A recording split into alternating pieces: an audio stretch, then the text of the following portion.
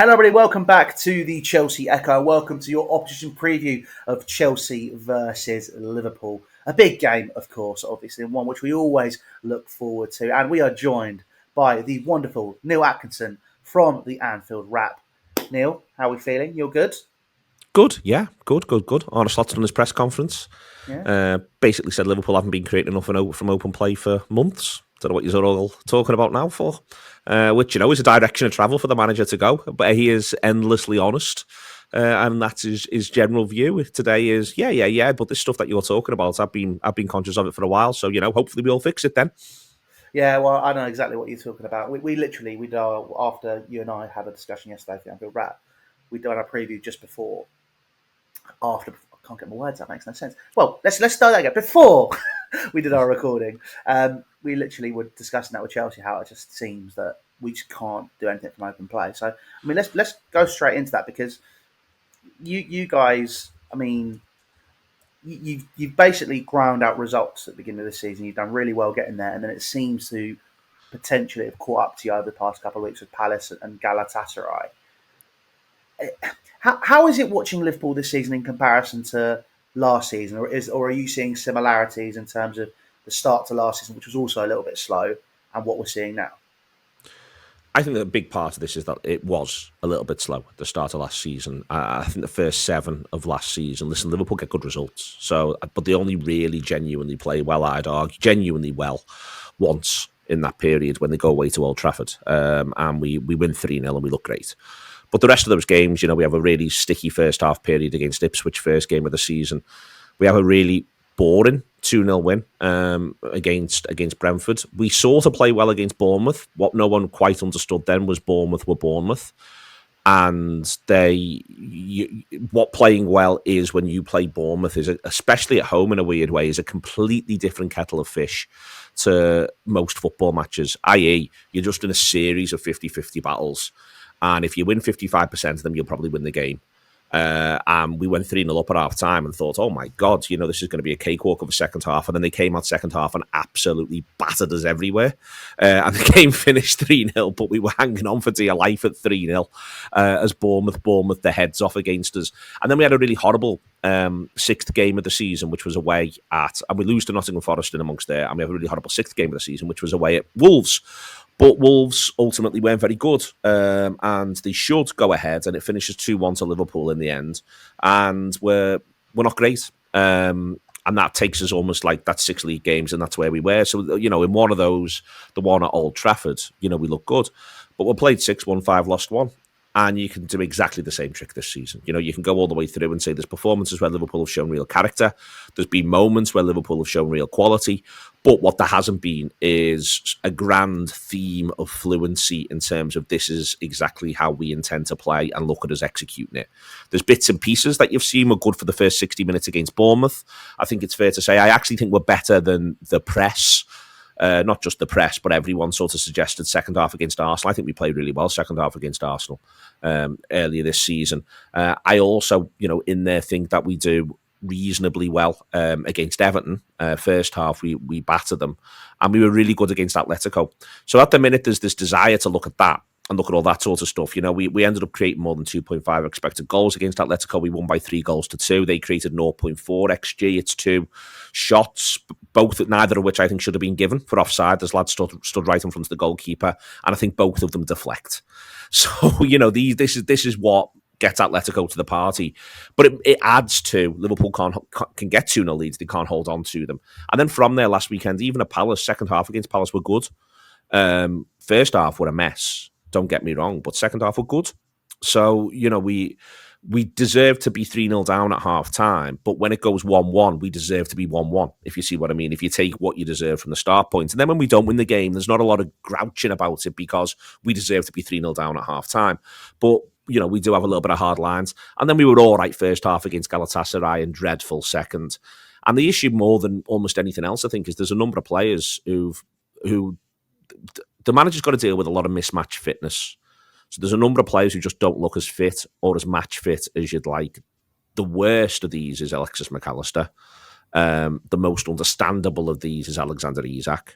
And then there's some others who are dotted around there who've either not had full pre-seasons or had a decent pre-season and then got an injury quite early in the campaign and have not been able to get that next injection of fitness in at this point. So the manager's picking teams to try to address that. One, be stronger, but also two, still try to get something in these lads' legs. So we're just not fluent, and it may well be that we're not fluent. We still don't look fluent by the end of Saturday. It could well be that we don't look fluent by the end of Saturday and we've won 6 out of the 7 league games because Chelsea are lacking a bit of fluency and a bit of competence in a couple of areas and also a bit of availability. So, it's a funny time of the year, this, and I also think it's the hardest time of the year for the better sides. Year in, year out, I think the better sides, as the season grows, as they get used to the rhythm of European football combined with league football, as your signings bed in, the fitness rights itself, and as other sides begin to go through what this league does to you, i.e. physically put your players through a thresher and exhaust them, by the time you get to that November into December, when there's more league games of a midweek, I think games become more winnable. I think at this point, everyone's sort of ripe for being frustrated by a Burnley who haven't been spanked at home yet, so they're full of enthusiasm. So they do everything they can to stop Liverpool. You play Burnley in January when they've won 1 of the 10 league games and they all hate each other. It's a much easier football match, but you get them as the first big home game of the season like we did, and you walk into one. But we got the points. So it's a complex situation, I think. And I think some of it are external factors, some of it's internal factors. But it's important to say that I've seen Liverpool teams find the gap between the first and second international break difficult for years. That includes under Klopp. Well, I mean, it's interesting you mention the internal and the external factors, especially because look, it'd be lazy for me to sit here and sort of say, "Oh, just all the amount of money you spent in the summer and sort of, the amount of players you came in and just it's ridiculous and all this sort of stuff." Because again, like pot kettle situation, to be very honest, in terms of when Chelsea come to their and income and such. But would you think that also? I mean, this last summer, no signings whatsoever. Throughout the Klopp era, you kind of it was like picking and choosing. It was you had the 2 or 3. They came in, they sort of did what needed to be done, and then the team's bedded in and sort of grew under Klopp. This summer, it's been a complete overhaul in comparison to previous years. Like, do you think that's had maybe a bigger impact on the squad that many maybe anticipated? Yeah, but I don't think anticipated. I think, listen, you're a dope if you don't think they're going to find that difficult for a period. But there are a couple of parallels with Klopp. I think Liverpool from sort of the summer of 2017 until the summer of 17, the winter window 17-18, and then the summer of 18, Liverpool A, spend a lot of money and B, bring in a lot of players.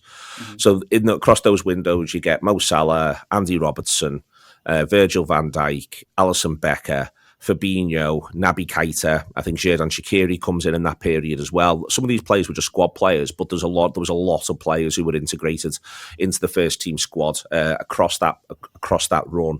And Liverpool needed to effectively find a way to use them and get them all familiar with one another all the way through there in that run. And at the same time as that, for instance, there was the emergence of Trent Alexander-Arnold.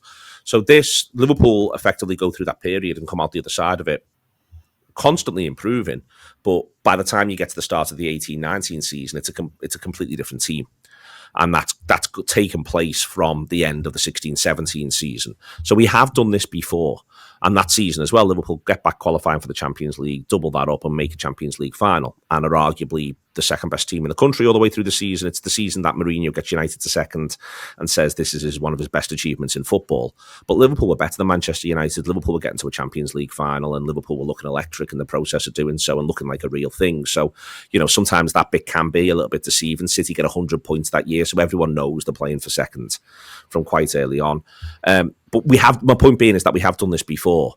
And yeah, the start of that season was sticky. There's a game we get out to Wembley to play Tottenham, and the manager's subbing Dejan Lovren after 30 minutes. We're 2-0 down, and Lovren's that bad that the manager feels as though he's got to get him off the pitch. He's having that much of a stinker in there with the way Liverpool are playing. And he goes on to tweak a few things, Klopp. And as I say, second half of that, the last 2/3 of that campaign, Liverpool go on a 17-match unbeaten run after that Tottenham game. There's a lot of feelings around Liverpool being an underdog team, but the truth of it is as I say, in the autumn and winter of that year, they take a lot of beating Liverpool. No one can manage it. They beat City 4-3. They're the first team to beat City in that season. And then, as was typical of that side in that moment, they then go to Swansea or face Swansea at Anfield and get beat 3-2 because they just weren't quite at the level and the consistency. But the point is that we've had this journey in the past. And I think that is what you're seeing. You know, a couple of years ago, we renovated the whole midfield in a summer, only brought in 4 players, but they were all midfielders. So I think that's a part of this. But what worries me more than I on Saturday, and what worries me more in the round, isn't actually the performance of the new players. It's a couple of the lads who are really integral to the league title win. So the one who I am most concerned about in a number of ways is Alexis McAllister, who genuinely looks a shadow of himself from last season. After we win the league, the manager drops him out completely, and no one knows what's gone on. But there's talk of there's been some sort of surgery. He's just had a baby. He wasn't available for the pre-season, and he just doesn't look anywhere near fit to play football. It's for whatever reason, whether that's on the pitch stuff, off the pitch stuff. I'd just say it's just not fit, if you know what I mean. In the full use of the word fit, he is not fit at the moment. But he was really important last season, and the manager wants to pick him, and he wants to get him on the pitch, and all managers want to pick him because he's a winner. And he's one of those players that when the chips are down, he comes through for you. He's one of those players that when you're on top, he's like a multiplier effect of how you're on top.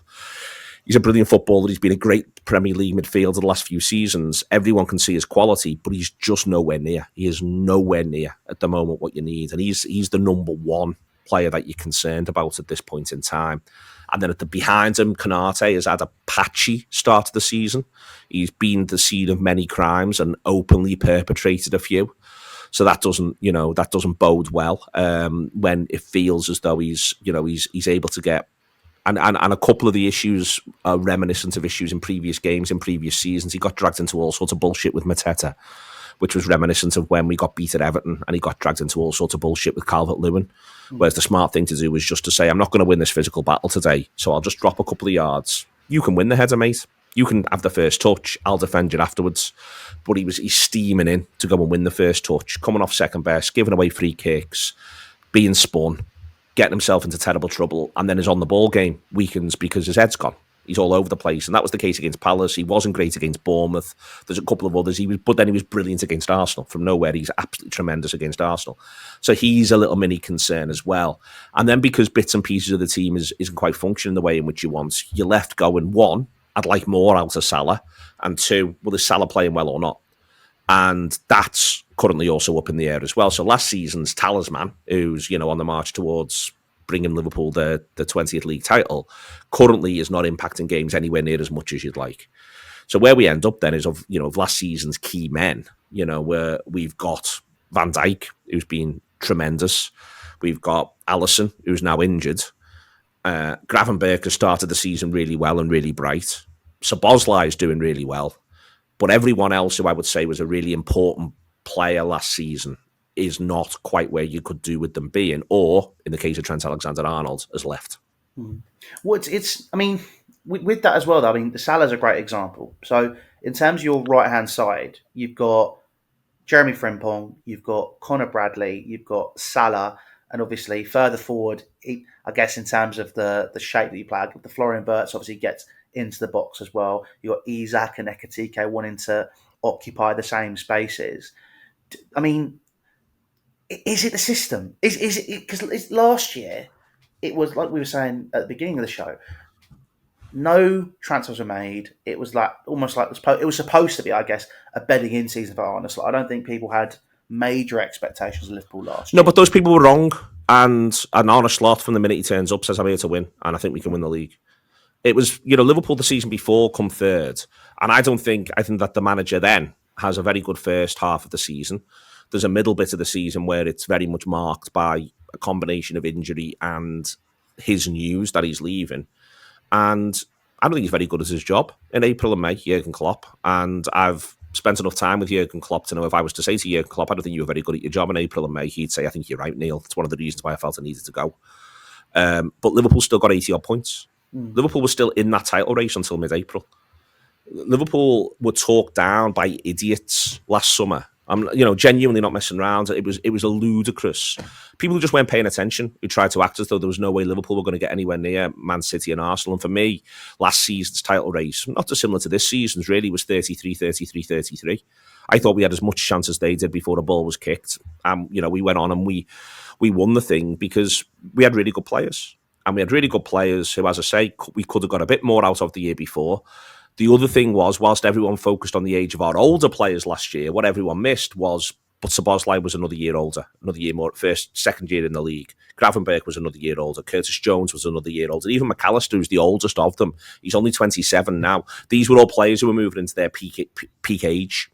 And we had them. The same could be said of Konate last season. The same could be said of Alexander-Arnold. So whilst in people's minds there was a worry around, well, how old's Virgil van Dijk and how old's Mo Salah, and maybe a bit on Andy Robertson, the point was these other players were actually aging in a way that was really Cody Gakpo, really useful from Liverpool's point of view. So last season doesn't come as a surprise. Certainly did not come as a surprise to me. That he's wanted to change it a little bit also doesn't come as a surprise, because obviously he was dealing with those players who existed back then. But more, I think, he spent a lot of the last part of last season saying Liverpool needs to win games more comfortably. Mm-hmm. That one of the reasons why we were tiring come March was we needed to find a way to be more comfortable within matches. Well, Jesus Christ, we're 6 in and we haven't been comfortable in any of them yet. But I think that part of what his attitude was how do you take a step towards being 2-0 up on the hour mark instead of 1 goal ahead on the hour mark with it all to play for. And I think that's what he's wanted to do. And a way to do that is to add open play creativity into the team. And that's what he's looked for. The problem that you have is that obviously in doing that, it comes with a bit of risk and reward. And then the next phase of that is maybe what he's not allowed for as much as I'd like, is I think the league, in a number of ways, not just the set pieces, has taken another step towards the more physical in the last 12 months. I think that size and speed has become even more important in the Premier League across the last sort of 8-9 months.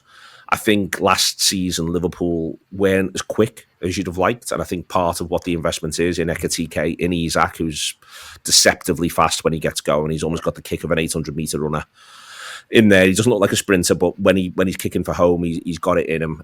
In Frimpong, in Kerkez, what Viets, to an extent, what all of these lads are meant to be is quicker than the players who were playing in the same positions last season. Bradley is quicker than Trent Alexander-Arnold. But in the last couple of games where we've not been playing really well and where sides have really been blocking the middle of the pitch against us, you'd have given anything for Trent Alexander-Arnold's release valve of being able to ping it to whoever he wants 70 yards. Because tell you what, if someone's just trying to clog up the middle of the pitch, having a lad who can pinpoint a ball to anywhere he wants doesn't half help. And Liverpool at the minute haven't got that. So Liverpool are running into all the teams, big physical threshers that just rack through you over the course of the game. And that's one of the reasons why Liverpool have, in the last 2 games, failed to do the business. But again, even whilst being annoyed with them and even whilst wanting them to be a little bit better, it is worth saying, as I said before, they beat Atletico Madrid, they beat Southampton in the League Cup, they played 6 league games and they've won 5 of them. Right now, Liverpool have played 9 competitive matches this season. I want to check that in my head. 9 competitive matches this season. We've won 7. And yet, because of the nature of how those 7 play out to an extent, and also how abject the first half against Palace and the second half against Galatasaray were, it doesn't feel like that. And you end up in a situation where, for instance, Carragher's coming out and saying too many of these games are like basketball. And I'm just a little bit like, Jay, I don't think they are. I understand why, as a Liverpool supporter, you may feel that at times. I'd have loved the first half against Palace to be more like basketball. It wasn't. We got battered. Basketball's when it goes both ends. It did not go the other end. They just kept coming at us and there was nothing we could do about it. Galatasaray was not like basketball. First half, it was a bit of a loose game. Second half, they just sat in and defended for their lives. If it had been more like basketball in the second half, we'd have won the game, but it wasn't. Instead, what it became was a low block defence that just basically went, you're not going to break us down. And we went, nah, you're probably right there. And, so I think that it's a funny period. And as I say, I think the ultimate thing for Liverpool, we go into this one on Saturday, and I just want to get out of Dodge. It's a horrible run. It's 3 away games in a week. Palace, Galatasaray, Chelsea. Christ almighty, I could see that from a mile off that was going to be hard for Liverpool. So if we draw with Chelsea, we're level on points with Arsenal after the first 7. And you go, okay. And then, for me, it all gets easier and the players get more familiarity and maybe a bit more fitness by the time we get to the end of the next run. And if we're still in touch then, after 11, then brilliant. And then by the time we get to the end of the next run, I know this all seems probably to your listeners like, fucking hell, A, this fella's boring, but also B, he's looking a long way ahead. The next run, when we get to the end of the next run, coming back after that, we've had so many of our harder games. And secondly, the next thing that happens is when all those games are reversed, the only one that will definitely get harder is Arsenal. Arsenal goes from home to away. The rest, we'll have been to Stamford Bridge, we'll have been to the Etihad, we'll have been to Newcastle. We'll have been to, there's someone else we'll have been to in the run. Bournemouth, I think, are easy to play at Bournemouth. This isn't, for Palace, we'll have been to Palace. Bournemouth, I think, are easier to play at Bournemouth than they are to play on the road. I think Bournemouth are the most dangerous and the most deadly when they're coming to your place with the little pet press and traps and all of that sort of stuff. I'd rather play Bournemouth than Bournemouth. Even little things like we'll have been to Burnley, for God's sake, Burnley will be just a different proposition away from home. All of the return fixtures that we've got in the second half of the season, with the exception of Arsenal, are easier. So all we've got to do, and it sounds ridiculously reductive, all we've got to do, and Chelsea supporters will know this because they've won league titles, all we've got to do is be either top or 1, 2, 3 points max off top at the point at which the time to put the run together kicks in. And that's that. And to the point of, for me, for Saturday is, let's just get out. We get in, we get what we can, we get out, we do not get beat. And I think if we pull that off, then, as I say, you deal on that. Same with the next run. Get the other side. And even the 3 after the international break, I mean, United at home, Brentford away, all right, Chelsea drop points there, and my God, do they know how to take a throw in. 8 o'clock at night, it's in the dark and balls are getting lashed at everyone's head all the way through, but fuck it. And then Villa at home. Every chance that's 9 points. Every chance that's 9 points if you're Liverpool. And then you've got City away at the end of it. So you just get your 9 points on the board. Thank you very much, lads. They're in the bank. Get that out the way. And then for us, that's when I'll be worried if we're not fluent. If we're not playing well by the time we get to November, moving into December, that's when I'll be genuinely concerned. For now, let's just keep getting points on the board and then we'll go on the march. Well, before we wrap with that, and you talk about the lack of fluency, there's one player we haven't spoken about, and we do need to talk about him, because we also signed a player from Bayer Leverkusen who was a number 10 that didn't really quite work out for us. What's happening with Florian Wirtz? Who was that? Ballack? Kai Havertz. Oh, well, I love Havertz, so I'm not the right man for that. I also love Ballack, by the way. So, we all love Ballack. Yeah. He was some footballer. Havertz. I love Havertz because I think Havertz is quite a complex footballer. I don't think Florian Wirtz is. Okay. I think Wirtz is brilliant to find in space, unbelievable on the ball, terrific touch, excellent at getting himself a little bit of space off the back of one man, right, and then really good at bringing teammates into play. Wirtz has done a really good job so far of creating half chances and created a couple of proper chances. Salah hits the inside of the post off something that Wirtz has created, and one, I think that might be against Atletico. He plays really well against Atletico, and he also gets Frimpong in one-on-one against Atletico, and Frimpong makes a pig's ear of it. That's doing all right. The question isn't so much whether or not Wirtz will be a really good number 10 for Liverpool. The question is more whether or not Liverpool, or indeed anyone who wants to win the major honours, wants a really good number 10.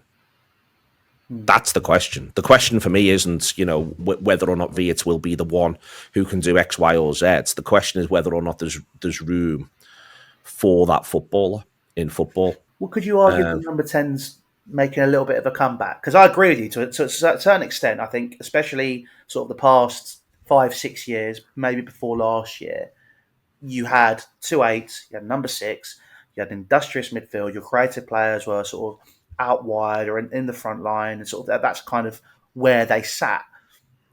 Now, I mean, look at Cole Palmer as a great example playing on number 10. I think, there's a player in there which is really important. obviously Eberechi Eze at Arsenal going back into that slot as well. City Yeah, but as well. I mean, I'll be really frank. I think that Chelsea aren't winning anything serious whilst Cole Palmer's the best player. I just don't. Like, I think that Caicedo was Chelsea's best player. Mm-hmm. But I don't think like, in the same way that I never thought, I used to say when we had Coutinho, I used to say of Coutinho, the biggest issue Liverpool have got with Philip Coutinho was that if Philip Coutinho's your best player, you're fucked. Elaborate on that. What do you mean? Well, because what I think most of the best football teams that you'll see build around their best player. And what you want your best player to therefore be is you want your best player to be all about the output. Mm-hmm. And that best player, I think, so the City team that wins the treble, one of the things that actually happens to that side around the 18 months either side of winning that treble is City move from their best player being Kevin De Bruyne to being either Rodri or Haaland on any given day. And Rodri sees it home for you, and Haaland goes and does the decent thing. Now, does that make them better to watch? No. Does it make them more fun? Absolutely not. But the journey that they go on is that they were a team defined by those two players, and all the lads who played in the gap between them. Their job was to provide for Haaland and then provide cover to play around Rodri. That was it. That was the way that football team was built.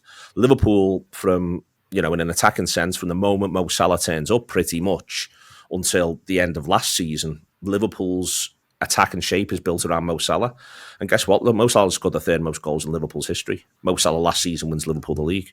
Mo Salah is constant output. He's now an unbelievable creator, to go with the idea that he's an unbelievable winger, to go with the idea that he's an unbelievable goal scorer. He's been Liverpool's best player. Palmer scores a lot of goals, though. Like, he does, but what that turns that into, though, is that he scores a lot of goals, but he doesn't. Salah scored 44 in a season. Mm-hmm. Will Cole Palmer ever score 44 in a season? And he wasn't taking the penalties then, Salah. He wasn't taking the penalties. He scores 44 in the season when he's not taking the penalties. Last season he's taking the penalties, but he scores the goals that get Liverpool to where they need to go. And I'm genuinely of the view that if Liverpool end up, and this is why Ekitike and Isak are so important, if Liverpool end up in a world where Wirtz is Liverpool's best player, then I think that puts a lot of pressure, a lot of onus, A, on him, but also B, on that style of play working. Whereas if you're able to get constant output out of the other two, which could be precipitated by Wirtz's excellence, don't get me wrong. I mean, again, when De Bruyne was brilliant for City, City did win a lot of things. But you're better off, I just think, having your key man be a goal-getter. And as I say, I think that if you look through a lot of sides that have been successful, especially in the last 15 years, the great Real Madrid teams were built around Benzema and Ronaldo, who were both pure output. And people would admire all of the lovely work of Modric and Kroos and Casemiro in the middle of the park. But ultimately, the whole team functioned because they had two lads up top who were absolute killers, who would just go and do the business for you over and over again. So, I don't want it to seem too reductive, but I just think that that's part of it. And the thing that Liverpool are trying to do here with Wirtz is play in a way. Last season, the point of Dominic Szoboszlai was to do Mo Salah's work. So that when Mo Salah got the ball, he'd get it in great areas and he'd be very fresh to go and stick it in the back of the net or find somebody else to do that or create something or make it happen. He'd have space created for him by the players around him.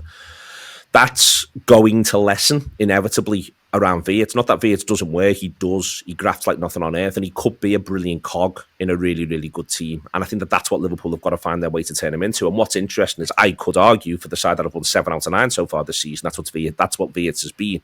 Right. But you don't pay £125 million for a brilliant cog.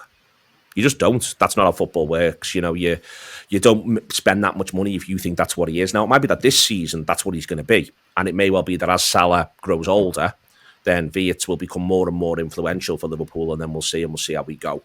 But for now, that could well be the conflict through the season. The best way to sort of frame this is Saturday's a really good example. So I think Caicedo's been the best midfielder in the country this calendar year. No messing around. I just think he has been. I think he's the reason Chelsea got Champions League. I think he's making players around him better. I think he manages at times to literally almost single-handedly shift Chelsea 20 yards up the pitch. And to do that from the middle of the park, I think is tremendous. If Wirtz distracts, does Caicedo's head in, constantly plays behind him, makes it harder for him to be the best version of himself on Saturday, Liverpool don't get a goal or an assist out of Florian Wirtz, but they win the game 2-1. Are we happy or are we not happy? Well, we're really happy. But if then Liverpool draw 2-2 with Manchester United and Wirtz can't impact the game, people won't remember that he did Caicedo's heading against Chelsea because there wasn't a goal or an assist. And people will say, here we are, it's now 8 games and he still hasn't got a goal or an assist, that number 10 of yours. And it may well be that someone else lets the side down against Man United. Canate kicks it through his own goal. But there'll be loads of discussion because you paid 125 million for Wirtz around, well, he's not contributing enough at this point. Sometimes players do the business by virtue of effectively ruining the opposition shape and all that sort of stuff. And I'm not dramatically saying that that's what Wirtz is particularly doing, but my point is more, if Liverpool are in a position where we get to game 11 and we feel like there's still loads to come from Wirtz, but we're top, then has it or hasn't it worked so far? The key part of this is why I think they brought Wirtz. What they want is to be seen, I think, in games a little bit like Saturday, but I think it's very much running, Champions League knockouts, that idea of another difference maker in the final third, who's done loads of this graft for you, but is able to come and really affect and have a game or a couple of games at that point where he really comes to the party. Last season, Trent's really interesting because there's a number of games where you feel like you're not getting much out of Alexander-Arnold. And then a couple of times, especially away from home, away at Newcastle, we draw 3-3. Trent comes off the bench and he's brilliant. Away at Brentford, it's 0-0 going into injury time, and Trent squares it across for Nunez to score, and he was really good. Even when we don't beat Paris Saint-Germain at Anfield, Alexander-Arnold goes off injured, and he's the game's most influential player at the point he goes off injured. I think we'd have beaten him. I think we'd have gone through against PSG if Trent hadn't got injured. He was really hurting them down that side. He'd risen through the game, and he was ready to go. For me, that's a big part of what it is that we're looking for here from Wirtz, is he's got to play his part, be active, run round, press. That's what he's been doing. But what we could do with him coming to the boil at the key moment, what I would then say, which is part of what's doing him in, is the manager keeps fucking substituting him. At the moment when he was really good against Arsenal. He was knackered, but he was really beginning to impact against Arsenal. The manager subbed him. He was really beginning to impact against Burnley. The manager subbed him. You know, he doesn't start the derby. He comes off the bench and he's playing off the left against the giant O'Brien, and he can't get in the game at all. He was beginning to really impact the game against Palace. The manager subbed him because they're trying to get him fit and ready. And this is back to the other thing I was saying before about different players being in different places for fitness.